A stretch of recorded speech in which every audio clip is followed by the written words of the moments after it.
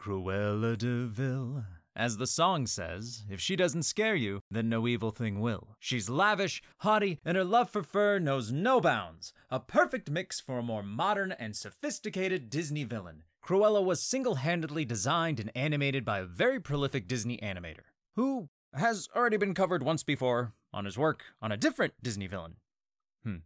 But who could have brought such a diva to life? Let's find out.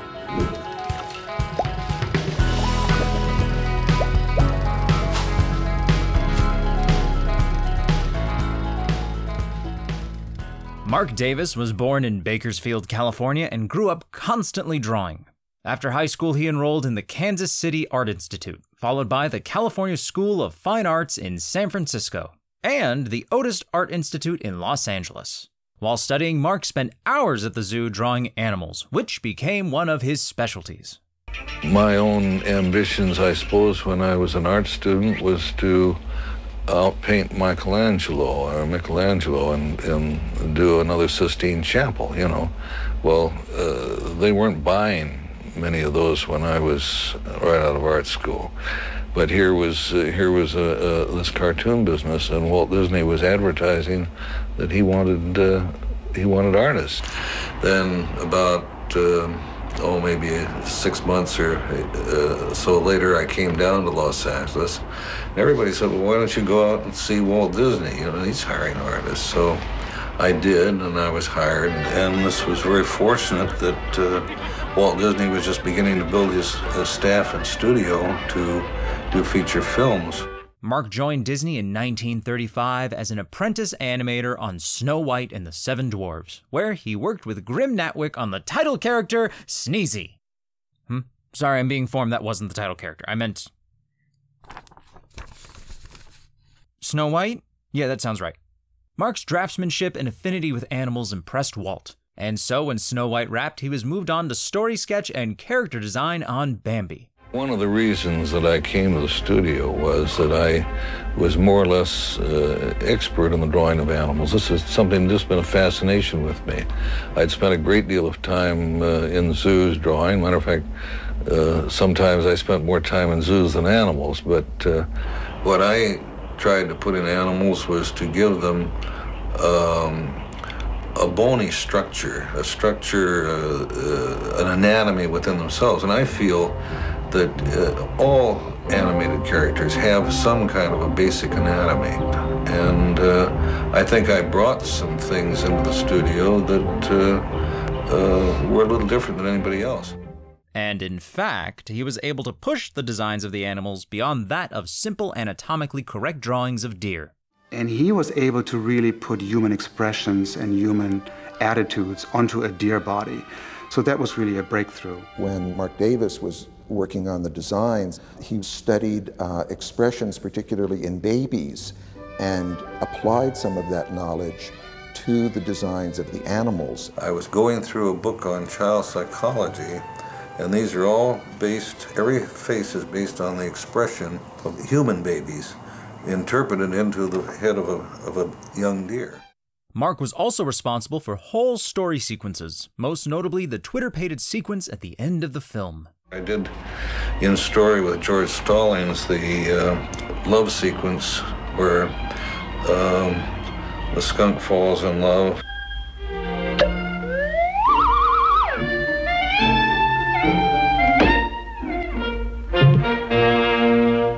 Thumper falls in love.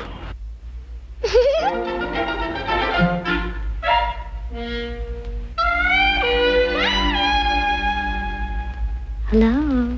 And eventually Bambi falls in love.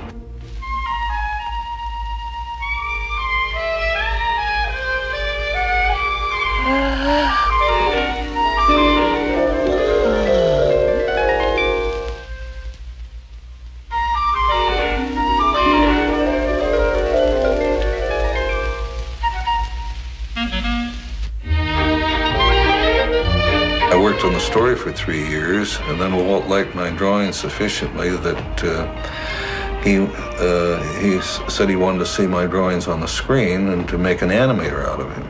So I was put in with Milt Kahl and Frank Thomas, and they were told to teach him how to animate. While he was animating on small scenes in Bambi, he was also story sketching as a true patriot for Disney's war film, Victory Through Air Power, which was a documentary based on the 1942 book of the same name by Alexander P. de Seversky, detailing how to win World War II. Walt felt and agreed that Victory Through Air Power was the only way that we would accomplish victory. But also we told the story through many different things. The Axis was represented by a couple of octopi, and I did a sequence on that. But there was no other medium that you could have done this.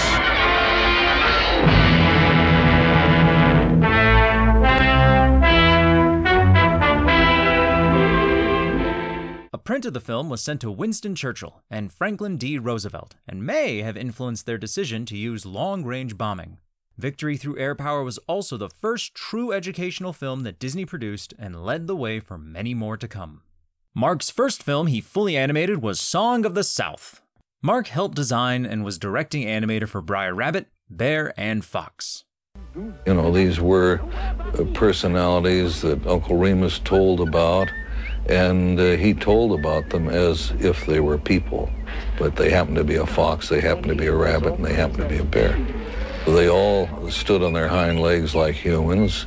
They had human personalities, yet they did certain things that were characteristic of the animal, in that the rabbit hopped and the fox would have eaten him, you know, all these things which were characteristically animal. That biggity old rabbit won't get away this time. No, sir, gonna catch him sure. I'll catch him sure. That's what you said the last time before, and the time before that, and look. Let's just knock his head clean off. Oh, no, indeed. Ain't nothing smart about that. I'm going to show you. A key ingredient for an animator in giving these animals human personalities is voice. Voices and the pattern of a voice has an awful lot to do with the interpretation of a character. Jim Basquette, who played Uncle Remus, did the fox's voice, and he could run a tremendous gamut of height and low, fast and slow, and it gave you so many things to do with a character because you knew just exactly what was happening, you know. Or he could be very slow and sneaky. You see, there are these possibilities. Oh, yes, indeed, eyes. I'm glad I thought of that. Let me see now. Let me see about just about this size. Now, let me see. Oh, yes, nose too. Got to have a nose. Need one of those very, very badly. Got to have a nose. This is sure gonna do the trick. Now we move from Mark's first significant animation project to his last. In the previous episode, we talked about Maleficent, one of Marc Davis's most feared and yet beloved villainous characters. However, today we're going to talk about his other most famous villain. And then you have Cruella de Vil. What a great character, and everything about her just fires on all cylinders.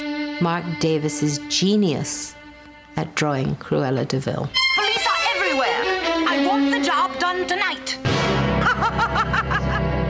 This was really one of the most fun assignments I've ever had in the studio. She was a funny villainess. While what she was doing wasn't very nice, she herself was an entertaining character. Anita, you're such a wit. This also happens to be the last animation that I ever did on a Disney film. Marc Davis, of course, was known for not only designing Cruella de Vil, but also single-handedly animated her throughout the film. Anita, darling. How are you? Miserable, darling, as usual, perfectly wretched. Where are they? Where are they?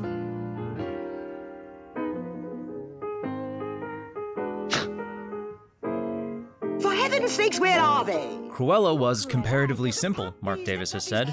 She was always working with somebody, slamming them around or whatever. Lou Gerson's vocalization told me that this character was bigger than life, high in energy and like a shark, always moving. I really wanted to make her move like somebody you didn't like. Anita, you're such a wit.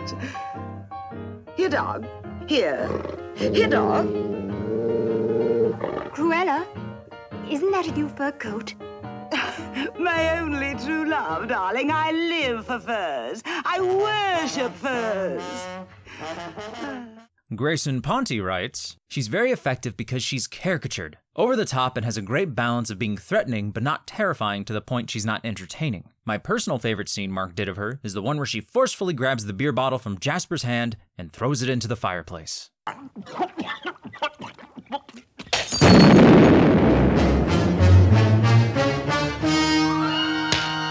Now listen, you idiots. I'll be back first thing in the morning. And the job better be done or I'll call the police. Do you understand? This scene shows her at her most intimidating, dominating Horace and Jasper when her frustration has been ticked to the highest possible degree. I wouldn't want to see Cruella when she's hangry, that's for sure. I mean, ooh, boy. But I mean, look at her. Does she look like she eats? I don't know. She's probably always hangry. I think that's the problem. That's why she's crazy. She's always hangry. Look at her. She's like a pin. Oh my God. That's some deep Disney lore for you. Crack the code on that some 60 years later, right? Oh, Roger, you are a fool. We still have a lot to cover with Mark. He has had a hand in almost every aspect of the Disney company. He also animated some very high-profile characters who we want to save for their own episodes. So stay tuned for more Mark Davis in the future. Thank you for watching this episode of Disographies. Click the thumbs up button below if you liked it, and if you want to be notified when the next episode comes out, consider subscribing. Comment below with characters you would like to see us cover. Further reading and references are linked in the description. We hope to see you in another Disography.